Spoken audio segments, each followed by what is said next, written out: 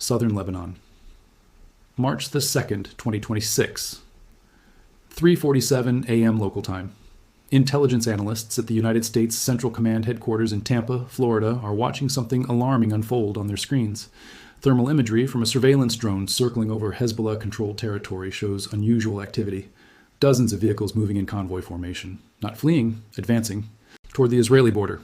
The convoy consists of at least 40 vehicles, technical trucks mounted with anti-aircraft guns, mobile missile launchers, command and control vehicles with sophisticated communications equipment. They're moving in tactical formation, maintaining proper spacing to avoid being taken out by a single airstrike. This is not a hasty mobilization. This is planned, coordinated, deliberate. At the same coordinates, electronic signals intelligence picks up encrypted communications, spiking to levels not seen since the 2024 war. The National Security Agency's listening posts in Cyprus are recording message traffic between Hezbollah commanders at rates exceeding 500 encrypted transmissions per hour.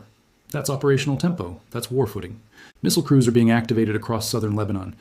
Launch sites that have been dormant for months, hidden in underground bunkers and civilian buildings, are suddenly going hot. And then, at exactly 4:12 a.m., the first salvo launches. Not one missile, not two. A barrage. At least 35 missiles, and a swarm of over 50 drones heading south toward Haifa, Israel's third largest city and home to critical naval infrastructure. The missiles are a mix of Iranian-supplied Fajr 5 rockets with a range of 75 kilometers and locally produced derivatives. The drones are Ababil II models, the same type Hezbollah used extensively in the 2024 conflict. Israel's Iron Dome and David's Sling air defense systems engage immediately. Interceptors launch from batteries positioned across northern Israel. The night sky over Haifa lights up with explosions as interceptors meet their targets mid-flight. The success rate is high, around 85%. Most of the incoming threats are destroyed, but not all. 3 missiles impact near the Haifa port area. 1 drone crashes into an empty warehouse. Another hits a residential neighborhood in the city's eastern suburbs. Miraculously, there are no immediate casualties. But that's luck, not design. Israel's air defenses intercept most of them. But that's not the point. The point is that Hezbollah just joined the war, and they're doing it without clear orders from Tehran. Because right now, Tehran has no one in charge. This changes everything. Because 500 miles south, in Yemen, another Iranian proxy is mobilizing. The Houthis, who control 1/3 of Yemen's territory and 70% of its population, approximately 22 million people, are preparing to resume attacks on commercial shipping in the Red Sea.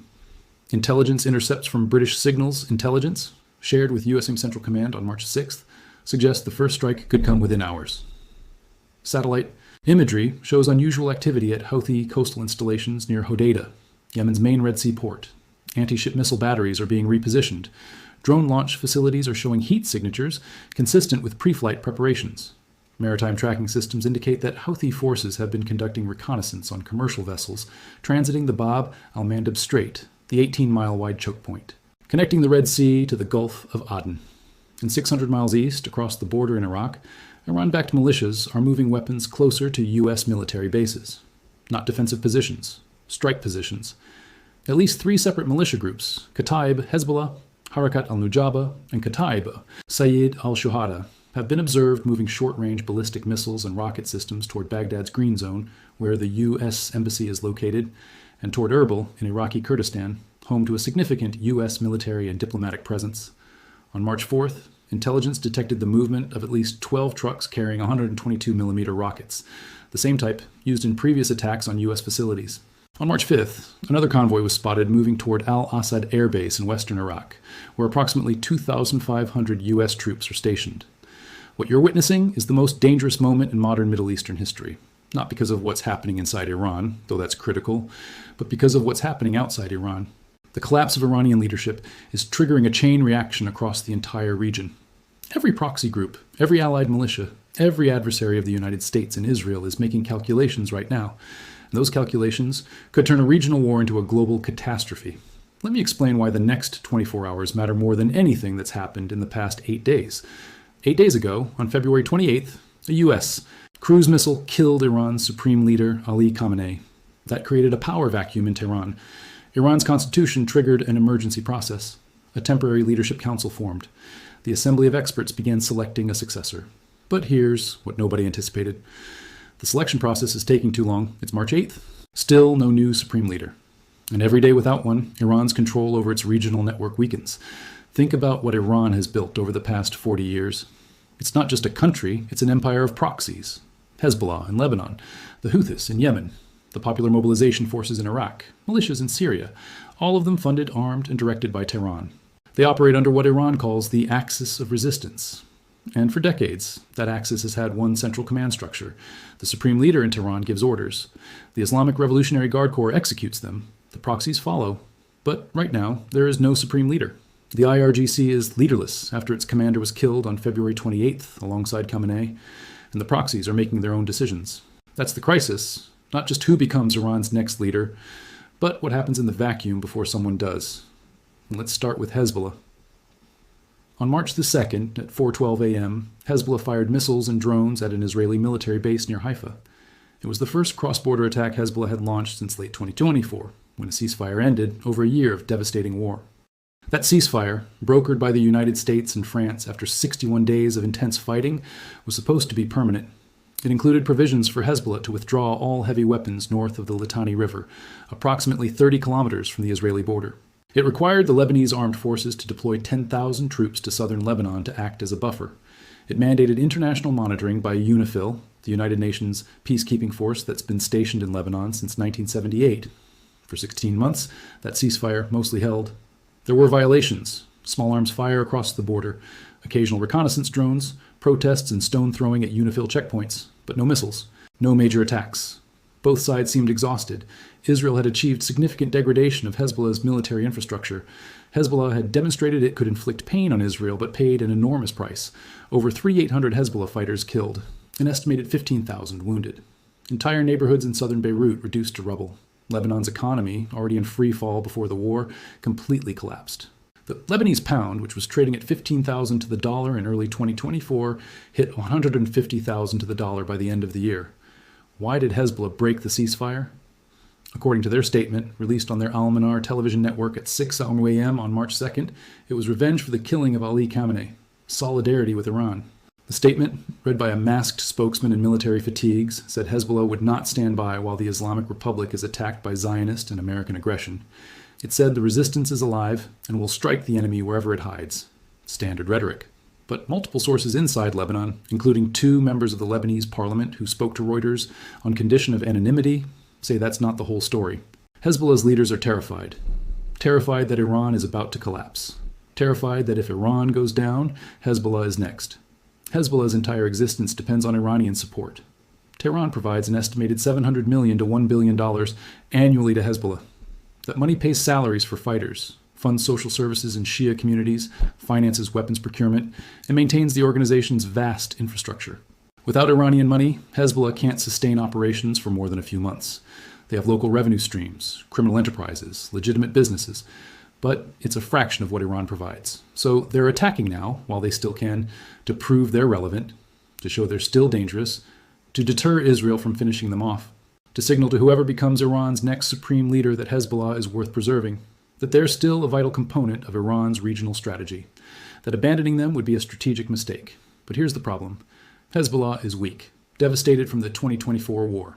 Israeli strikes killed most of their top commanders, destroyed much of their infrastructure, depleted their missile stockpiles. According to Israeli intelligence, Hezbollah has about 1,000 drones, 3,000 active fighters, and 25,000 missiles left. That sounds like a lot until you remember they had over 150,000 missiles before 2024.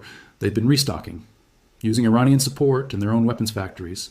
But they're nowhere near full strength, and yet they attacked, because they felt they had no choice.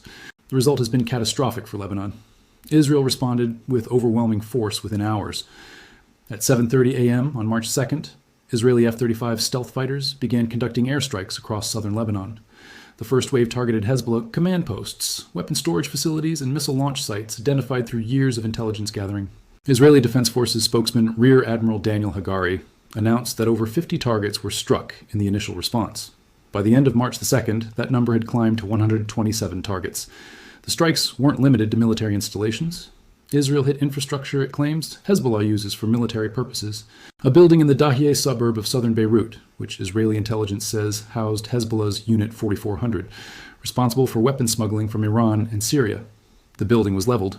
Early reports suggest at least 18 people killed, including civilians who lived in adjacent apartments. a warehouse complex near Baalbek in the Bekaa Valley, which Israel claims stored Iranian-supplied missiles.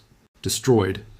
The main highway connecting Beirut to Damascus, a critical supply route for Hezbollah's weapons pipeline from Syria, hit with precision-guided munitions that created craters in the roadway, rendering it impassable. Strikes on Beirut's southern suburbs, Hezbollah's stronghold. The Israeli military called up 100,000 reservists on March 3rd and deployed them to the Lebanese border. That's the largest reserve call-up since the 2024 war. Ground forces, primarily from the 98th Division and the Golani Brigade, pushed into southern Lebanon on March 4th, seizing observation posts and high ground positions that overlook Hezbollah-controlled villages. Israeli troops are now operating up to 5 kilometers inside Lebanese territory, in direct violation of the 2024 ceasefire agreement and United Nations Security Council Resolution 1701. Israel issued evacuation orders to over 1 million Lebanese residents on March 3rd. The orders, delivered via text message, automated phone calls, and leaflet drops, told residents of 113 villages and towns in southern Lebanon to evacuate immediately northward. That's nearly 1/5 of Lebanon's population of 3 million, told to leave their homes immediately or risk being caught in the crossfire. The message was stark. To the residents of southern Lebanon, you are located near Hezbollah facilities and assets that the Israel Defense Forces will attack in the coming period. For your own safety, you must evacuate northward immediately. Failure to comply may result in your area being considered a combat zone. Lebanon's government is furious. Prime Minister Nawaf Salam condemned Hezbollah's attack as an irresponsible and suspicious act. On March 5th, his government took an unprecedented step. They banned all Hezbollah security and military activities, declared them illegal, demanded Hezbollah surrender its weapons, and announced they would arrest and deport anyone connected to Iran's Revolutionary Guards. Dozens of Iranian officers have already fled Beirut in the past 48 hours, according to Axios. Most of them Quds Force members who had been advising Hezbollah. This is a government trying desperately to distance itself from a war it never wanted, but it might be too late. Because Israel sees an opportunity to crush Hezbollah once and for all. Israeli Defense Forces spokesman said all options are on the table, including a full ground invasion. And while Israel hasn't launched that invasion yet, the bombing continues. Over 500 targets hit in Lebanon since March 2nd. At least 35 Lebanese killed, hundreds of thousands displaced. And here's the worst part. Hezbollah can't stop, even if they wanted to.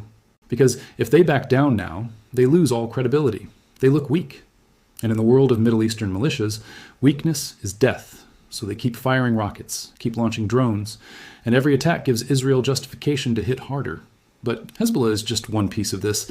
Let's talk about the Houthis, the Iran-backed militia that controls northwest Yemen. For 2 years, from October 2023 to October 2025, the Houthis waged a campaign of attacks on commercial shipping in the Red Sea. They seized vessels, fired missiles at cargo ships, closed the Bab el-Mandeb Strait to traffic they considered hostile to Palestine. The disruption was massive. Over 15% of global trade passes through the Red Sea. Shipping companies were forced to reroute around Africa, adding 10 days and millions of dollars to every voyage. The US and UK launched retaliatory airstrikes. Operations Prosperity Guardian, Poseidon Archer, Rough Rider. None of them worked. The Houthis kept attacking. They outlasted Hezbollah, which got decimated by Israel. They outpaced Iraqi militias, which acted with restraint. And then, in May 2025, Trump brokered a deal. The Houthis agreed to stop attacking ships. The U.S. agreed to stop bombing them. The Red Sea reopened, cautiously. But that deal just died. On February 28th, the same day the U.S. killed Ali Khamenei, the Houthis announced they would resume attacks on Israel and commercial vessels. They haven't launched a major strike yet, but intelligence suggests it's coming. Multiple shipping industry groups have warned their members.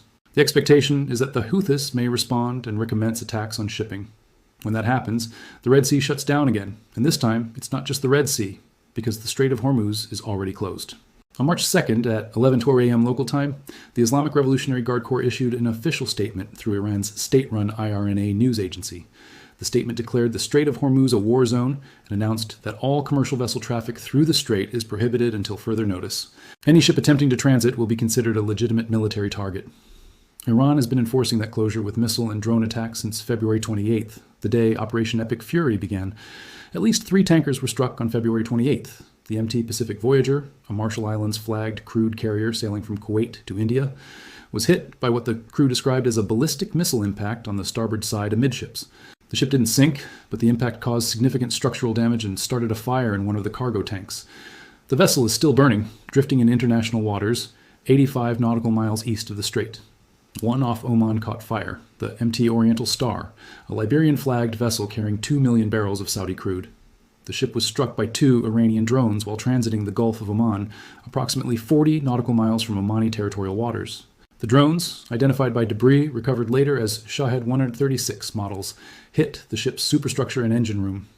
The resulting explosions killed 3 crew members and ignited a cargo tank fire that burned for 36 hours before salvage teams could bring it under control. On March 6th, a tugboat sent to assist a damaged vessel, the Pacific Voyager, was hit by 2 missiles. The tugboat, the Ocean Titan, was operating under contract from a Singaporean salvage company. It was approaching the burning tanker to begin fire suppression operations when Iranian coastal defense forces fired 2 C-802 anti-ship missiles from a position on Keshem Island, one of Iran's largest islands in the strait. Both missiles hit the tugboat. The vessel sank within minutes. 8 crew members killed, 5 Indonesian nationals, 2 Filipinos, and 1 Indian. On March 7th, Iran claimed it struck 2 more tankers with drones. The MT Delta Neptune and the MT European Star, both carrying refined petroleum products from UAE refineries to Asian markets. Iranian state media showed footage of what they claimed were successful strikes, though independent confirmation has been difficult due to the chaos in the region and communications blackouts.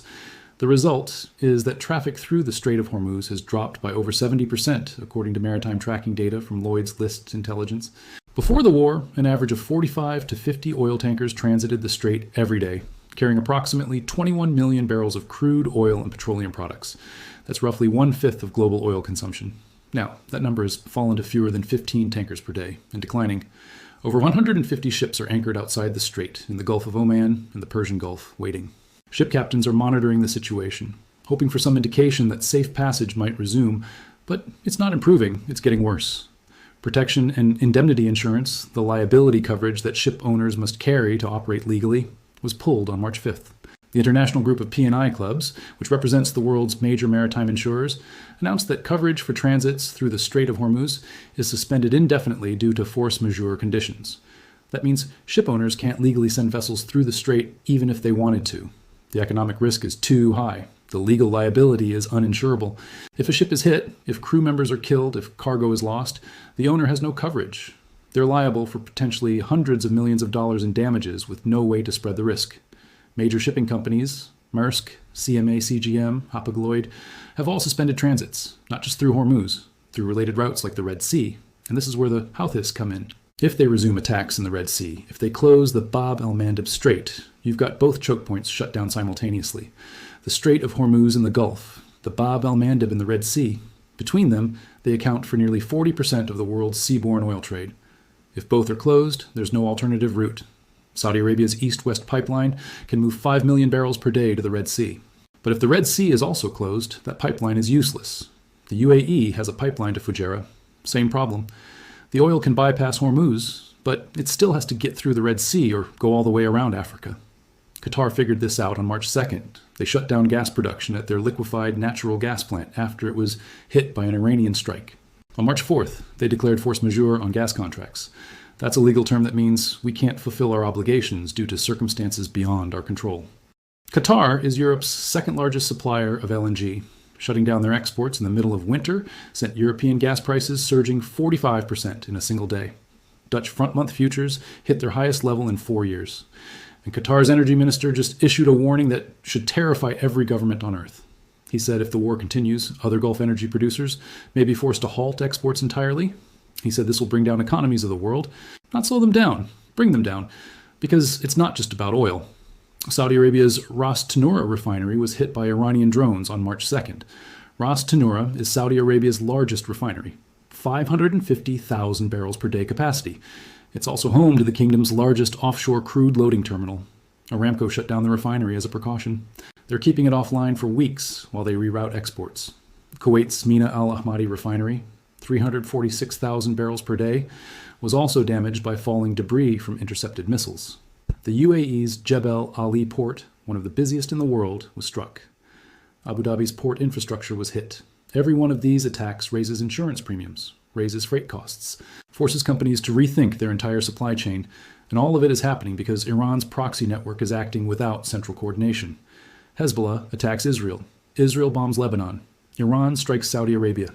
Saudi Arabia is now on full military alert. Their armed forces have raised readiness to the highest level, and Saudi officials are openly discussing retaliation. Here's what a source close to the Saudi government told AFP. If Iran mounts a concerted attack on Aramco, Saudi Arabia will target Iranian oil facilities. That's a red line. And Iran just crossed it. According to Professor Bernard Haeckel at Princeton, a leading expert on Saudi Arabia, the kingdom has always said that if civilian installations, oil installations, water desalination plants, electricity generation, or communications are attacked, they will attack Iran. And that's what's happening now. The Saudis are thinking about what to do and whether they should counterattack. But Saudi Arabia doesn't want this war. Neither do the UAE, Qatar, Bahrain, Kuwait, or Oman. They've all been hit by Iranian strikes. At least 3 people killed in the UAE, 32 injured in Kuwait, 16 in Qatar, 5 in Oman, 4 in Bahrain. These are countries that have spent decades building their reputations as stable, predictable havens for investment. Dubai markets itself as a global business hub.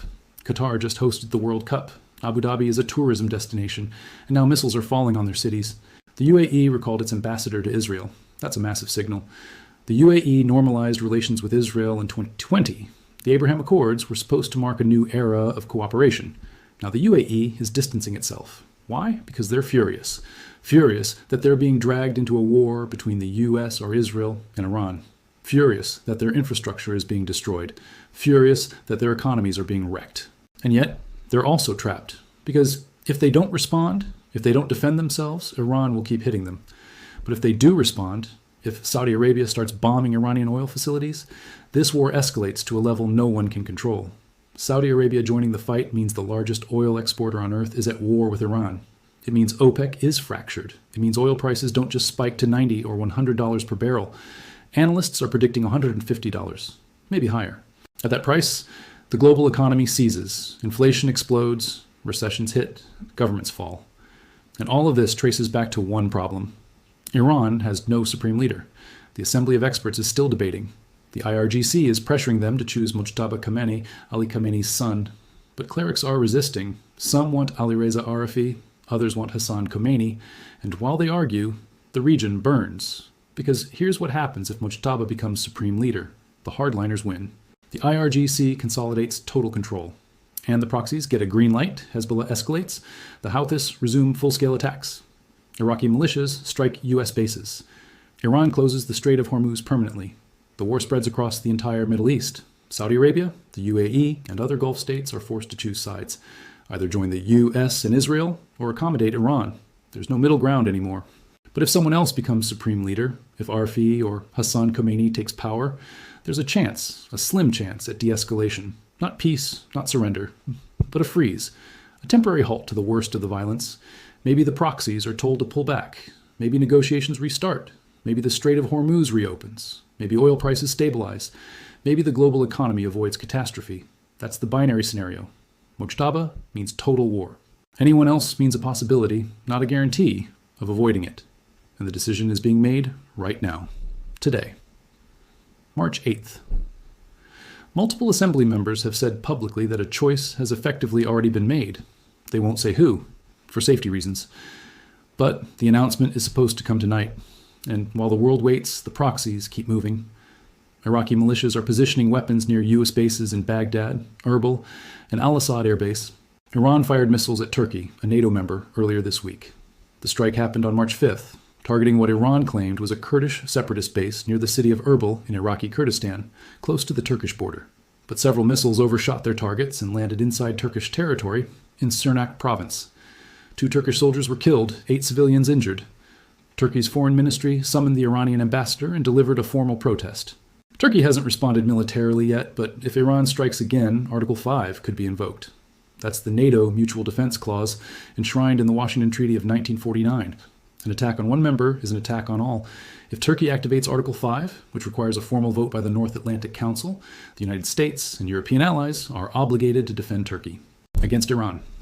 Turkish President Recep Tayyip Erdogan has not publicly stated whether he would invoke Article 5, but Turkish defense officials told Reuters that all options remain on the table, including requesting NATO support if Iranian attacks continue. Think about what that means. NATO at war with Iran. Russia is already helping Iran with satellite intelligence. China is considering economic support.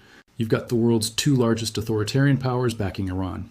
You've got the world's most powerful military alliance on the other side, and you've got every oil choke point in the Middle East turned into a war zone.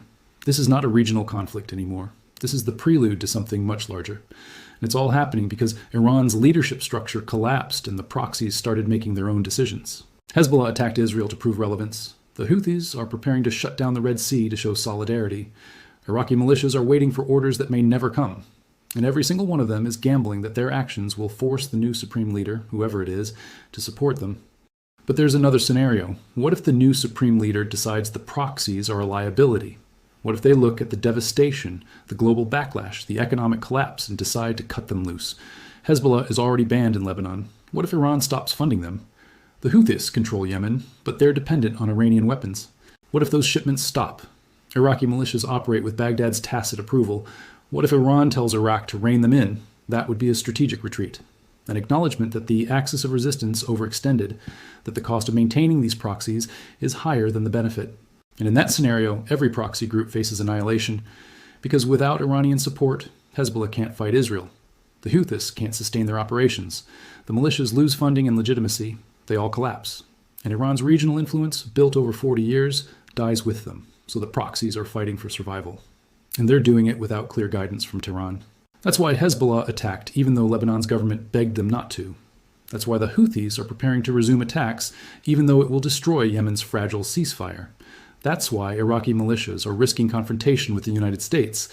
They're all betting that the new supreme leader will be a hardliner, someone who sees them as essential, someone who will double down on resistance. But if they're wrong, if the new leader decides to prioritize Iran's survival over the proxies' survival, they're finished. And the Middle East enters a new era, one without Iran's network of militias, one where Saudi Arabia and the UAE reassert dominance, one where Israel has a free hand in Lebanon and Gaza, one where U.S. military bases in Iraq, Qatar, Bahrain, and the UAE operate without constant threat. It would be a complete reconfiguration of regional power, and all of it hinges on one decision, being made tonight by 88 clerics in Qom, under pressure from the IRGC, under threat from Israel, under scrutiny from the entire world. The identity of Iran's next supreme leader will be announced within hours. And when that name is revealed, every proxy, every regional government, every intelligence agency will analyze what it means. If it's Mojtaba Khamenei, prepare for escalation. Hezbollah goes all in. The Houthis shut down the Red Sea. Iraqi militias strike U.S. forces. Saudi Arabia retaliates against Iranian oil facilities. The Strait of Hormuz stays closed. Oil hits $150 a barrel. The global economy collapses. And we're looking at the largest Middle Eastern war since 1991. If it's Ali Arafi or Hassan Khamenei, there's hope. Not certainty, just hope, that cooler heads prevail, that negotiations resume, that the proxies are told to stand down, that the strait reopens, that the Red Sea becomes navigable again, that oil prices stabilize, that the world steps back from the edge. But either way, one thing is certain. The next supreme leader of Iran will inherit a region on fire, a network of proxies operating without clear orders, a global economy teetering on the brink, and a decision to make. Escalate or retreat, fight or negotiate, double down or pull back. And that decision will echo across the Middle East for decades, because the stakes have never been higher. Over 200 people have been killed since Operation Epic Fury began on February 28th. Over 300 American service members are deployed in combat zones across the Gulf. 2 aircraft carrier strike groups, the USS Abraham Lincoln and USS Gerald R. Ford, are operating in hostile waters. Over 50,000 U.S. troops are stationed at bases that are under constant threat of missile and drone attacks. Israel has mobilized 350,000 reservists, the largest wartime mobilization since 1973. Saudi Arabia has placed its military on the highest alert level and is seriously considering direct military action against Iran for the first time in modern history. The global oil market is in chaos. Brent crude hit $118 per barrel on March 7th, the highest price since 2022. Analysts at Goldman Sachs are predicting $150 if the Strait of Hormuz remains closed beyond 2 weeks. At that price level, gasoline in the United States could exceed $6 per gallon nationally, with some markets hitting $8. Europe, already struggling with energy security after years of reducing Russian gas dependence, faces the prospect of another energy crisis. Asian economies, heavily dependent on Gulf oil, are looking at potential recessions if supplies don't resume. This is not speculation. This is happening right now. At this very moment, as you're listening to this, 88 clerics in Qom are voting. Iranian military commanders are making battlefield decisions without civilian oversight. Proxy groups across the region are preparing attacks. Oil tankers are stuck outside the world's most critical choke points. And the global economy is holding its breath. The succession crisis in Tehran is triggering a chain reaction across the entire region, and the outcome will be decided in the next 24 hours. The next supreme leader of Iran will determine whether this war escalates into a global catastrophe or whether there's still a chance, however slim, to step back from the abyss. And we'll know soon, very soon.